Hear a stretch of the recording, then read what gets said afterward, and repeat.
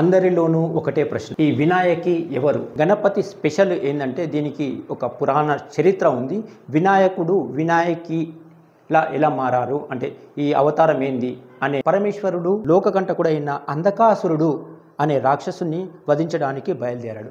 అయితే ఆ అంధకాసురుడికి ఒక వరమైతే ఉంది. అంధకాసురుడి రక్తపు చుక్కబొట్టు ఎక్కడైతే పడుతుందో ఆ అంధకాసురుడు ఎక్కడ ప్రతి ఒక్క రక్తపు చుక్కబొట్టు అయితే అంధకాసురుడు లాగానైతే అవతారం వస్తుంది. మనం ఇప్పుడైతే కిల్లా చౌరస్తాలో ఉన్నాము. ఈ కాన్సెప్ట్ కొత్తగా ఉంది. కొత్త కాన్సెప్ట్ తోటి అంటే అమ్మవారి రూపం అనేది మనము నిజామాబాద్లో ఫస్ట్ టైం అనుకుంటాను నాకు తెలిసి. అయితే ఆల్ ఓవర్ ఇందూరులోనే మొత్తం తెలంగాణలో ఫస్ట్ టైం ఇది మనకి అమ్మవారి రూపం పెట్టాడు. నిజామాబాద్ డిస్ట్రిక్ట్ లో, తెలంగాణలో మరియు నిజామాబాద్ డిస్ట్రిక్ట్లో అంటే తెలంగాణలోనే ఫస్ట్ టైం అమ్మవారి రూపము అని చెప్పేసి. మరి అమ్మవారి రూపము అనేది చరిత్రలో ఎక్కడైనా ఉందా లేకుంటే ఇట్లా మీకు ఈ ఇది మన పురాణాల్లో ఆల్రెడీ మెన్షన్ చేస్తుంది. మన వినాయకుడిది ఒక రూపం శ్రీ రూపం అనేది ఉంది. సో ఇది మన రైజింగ్ స్టార్ యూత్ గణేష్ మండలి దగ్గర మనం పెట్టుకున్నాం ఈసారి కిలా రోడ్ దగ్గర.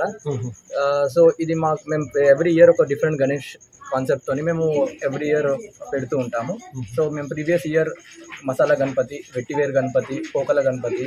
సో అలాగే ఈసారి మేము వినూత్నంగా అమ్మవారిది ఇంకొక విఘ్నేశ్వరుడిది ఇంకొక రూపమైన వినాయకుని ఈసారి మేము కూర్చోబెట్టాము ఇక్కడ.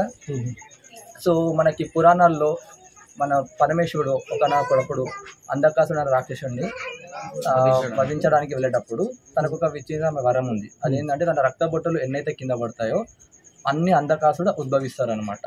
సో అలాంటప్పుడు అందరు దేవతల నుంచి ఒక శ్రీశక్తి రూపం అయితే వెలుగులోకి వచ్చింది. అలా వెలుగులోకి వచ్చిన వినాయకుడి నుంచే ఈ వినాయకి. అంటే ఈ చరిత్ర అనేది చాలా మందికి తెలియకపోవచ్చు అని నేను అనుకుంటున్నాను. అయితే మాకు తెలిసిన మట్టుకు ఈ చరిత్ర అనేది మీకు ఎట్లా వచ్చింది, అంటే మీకు ఈ ఆలోచన ఎట్లా పెట్టాలనిపించింది? సో మేము మెయిన్గా ఏంటంటే మన అందరం హిందూ వాళ్ళందరం మన ధర్మం గురించి తెలుసుకోవాలి, మన సంస్కృతి గురించి తెలుసుకోవాలి అనే కాన్సెప్ట్తోని మేము చూస్తుంటే మేము వెతుకుతున్నప్పుడు మాకు ఈ వినాయకి అవతారం ఉంది వినాయకుడిది.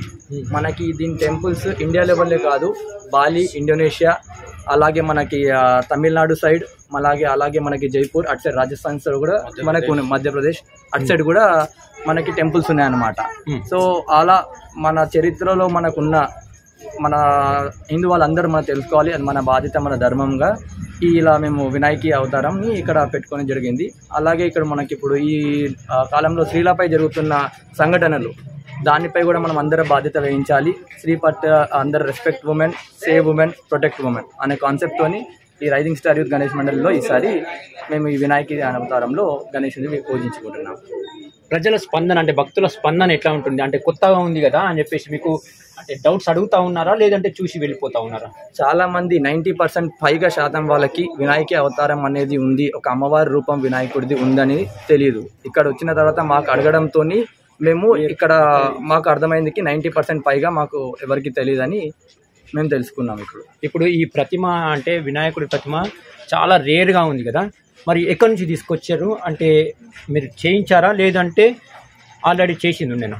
లేదు, ఇది మేము సపరేట్గా చేయించాము ఇక నిజామాబాద్లోనే కోల్కతా ఆర్టిస్ట్తోని. మాకు దీనికి మొత్తం ఒక 40,000 వరకు ఖర్చు అయింది. మేము ఇక నిజామాబాద్లోనే చేయాలి. ఎన్ని రోజుల టైం?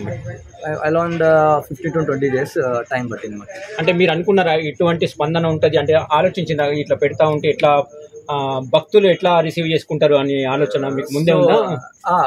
మేము ఒక స్పందన ఎలా ఉంటుంది అనే దానికన్నా ముందు మన చరిత్ర గురించి అందరికీ తెలవాలి అనే కాన్సెప్ట్తోని మేము ముందుగా ఫస్ట్ తీసుకొచ్చామన్నమాట.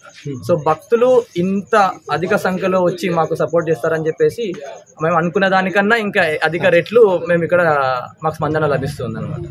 ఎట్లా ఫీల్ అవుతున్నారు మరి ఈ సంతోష? అంటే భక్తులు వచ్చి మీకు ప్రతిసారి అడుగుతున్నట్టు అంటే 3-4 గంటల వరకు అంటే 2-3 గంటల వరకు వస్తారంటారు కదా, మీకు ఎట్లా అనిపిస్తుంది?